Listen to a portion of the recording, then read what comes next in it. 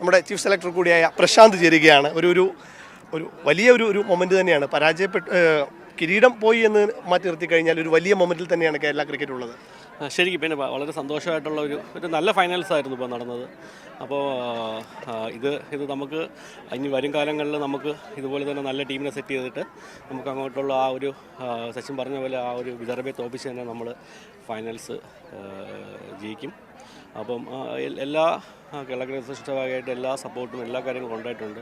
ഒരു നല്ല bench of players നമുക്ക് യങ്സ്റ്റേഴ്സ് ആയിരുന്നാലും സീനിയേഴ്സ് ആയിരുന്നാലും എല്ലാവരും ഹെൽപ്പുള്ളായിരുന്നു. അതുപോലെ നല്ലൊരു മാനേജർ, പിന്നെ കോച്ച് അമൈ സാറ്, അതുപോലെ സപ്പോർട്ടിംഗ് സ്റ്റാഫ് എല്ലാം ഒരു ഒത്തൊരുമയോടെ പോയതുകൊണ്ടാണ് നമ്മൾ ഇപ്പോൾ ഈ ഒരു ഫൈനൽസ് കളിക്കാനായിട്ട് നമ്മൾ ആ ഒരു അർഹതപ്പെട്ടിരിക്കുന്നത്. സീസണിൽ ഏറ്റവും കൂടുതൽ യങ്സ്റ്റേഴ്സ് വന്നൊരു സമയം കൂടിയാണ്. പ്രത്യേകിച്ച് 18-കാരൻ അഹമ്മദ് ഇമ്രാനൊക്കെ നമ്മൾ സെമി പോലത്തെ ഒരു നിർണായക മത്സരത്തിൽ ഇറക്കുന്നു, ഫൈനലിൽ ഇറക്കുന്നു. അദ്ദേഹം പ്രൂവും ചെയ്യുന്നുണ്ട് നല്ല രീതിയിൽ തന്നെ.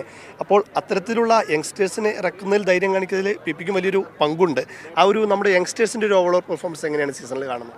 ഇല്ല, അവർ ഇപ്പം അണ്ടർ-19 ആയിരുന്നാലും 23 ആയിരുന്ന മാച്ചസിലായിരുന്നാലും പെർഫോം ചെയ്ത ആൾക്കാരെ നമ്മൾ സീസൺ ചെയ്തുകൊണ്ട് തന്നെ വണ്ടായിരുന്ന ടീം ആ സമയത്തെല്ലാം നമ്മളവരെ ടീമിൻ്റെ കൂടെ തന്നെ നിലനിർത്തിയിട്ടുണ്ടായിരുന്നു. അപ്പോൾ ഈ കുറച്ച് ബെഞ്ച് ഓഫ് പ്ലേയേഴ്സ് ഉണ്ടായിരുന്നു ടീമിൻ്റെ കൂടെ തന്നെ.